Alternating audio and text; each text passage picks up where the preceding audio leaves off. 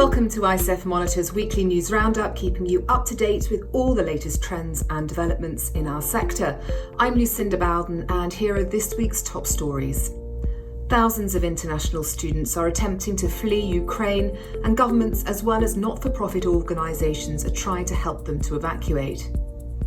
Leading global bodies for public health and international tourism are arguing against a blanket travel restriction. They propose instead that any travel restrictions be targeted and evidence-based. And Canada is expanding its immigration programme, aiming to welcome more than 450,000 permanent residents in 2024, and international students are being made a top priority. Don't forget to subscribe to our website icefmonitor.com for additional market intelligence for international student recruitment. Thousands of international students are attempting to flee Ukraine, and governments as well as not-for-profit organisations are trying to help them evacuate. Many international students live in Kharkiv, the second largest city in the country, and the focus of intense attacks by the Russian armed forces. At least 2 international students have died at this time of recording. An Indian and Algerian student lost their lives following heavy shelling in Kharkiv. India is by far the largest sender of international students to Ukraine. Close to 20,000 Indians were studying there in 2019.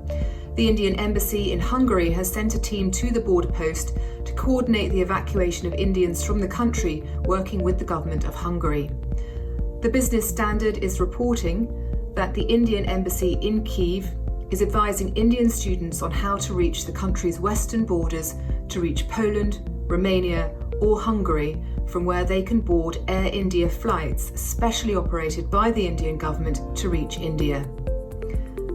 The families of Moroccan students have also pressed their government to help in evacuation efforts.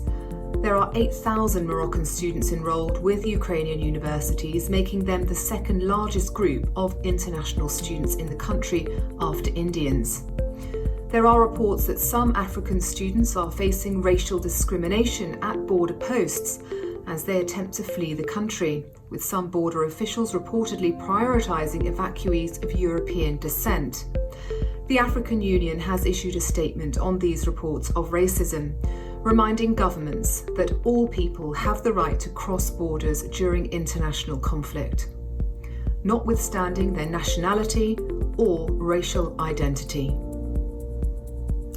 Organisations are springing up to support the evacuation of international students, and governments are also on the ground assisting students as much as possible to cross the border into neighbouring countries and then onto flights home. Leading global bodies for public health and international tourism are arguing against blanket travel restrictions. They propose instead that any travel restrictions be targeted and evidence-based. The latest data released from the UN World Tourism Organization finds that global tourism experienced a modest 4% increase in 2021 for a total of 415 million travellers during the year versus 400 million in 2020. Another recent UN report, meanwhile, points out that the global economic recovery is in danger of losing momentum this year due to persistent labour market gaps, continuing supply chain issues, and rising inflation. A report released by the United Nations World Economic Situation said that the scale and pace of recovery in international tourism will figure prominently in real economic growth this year. The World Health Organization International Health Regulations Emergency Committee on COVID-19 argues that all limits on international travel should be based on risk assessments, including testing, isolation, and vaccinations.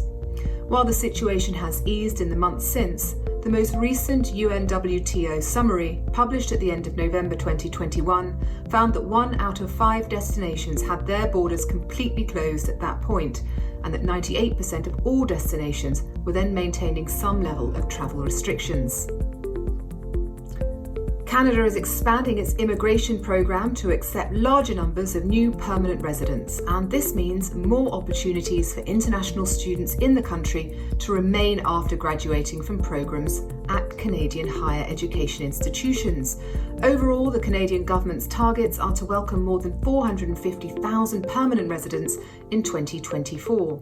In 2021, more than 405,000 people from all over the world became new permanent residents, the highest number ever welcomed in a single year in Canadian history.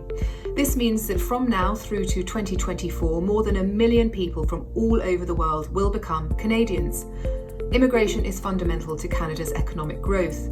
The Government of Canada notes that immigration already accounts for almost 100% of labour force growth, and with 5 million Canadians set to retire by the end of this decade, the worker to retiree ratio will drop down to only 3-1. This is a clear sign that we have a strong economic need for increased immigration.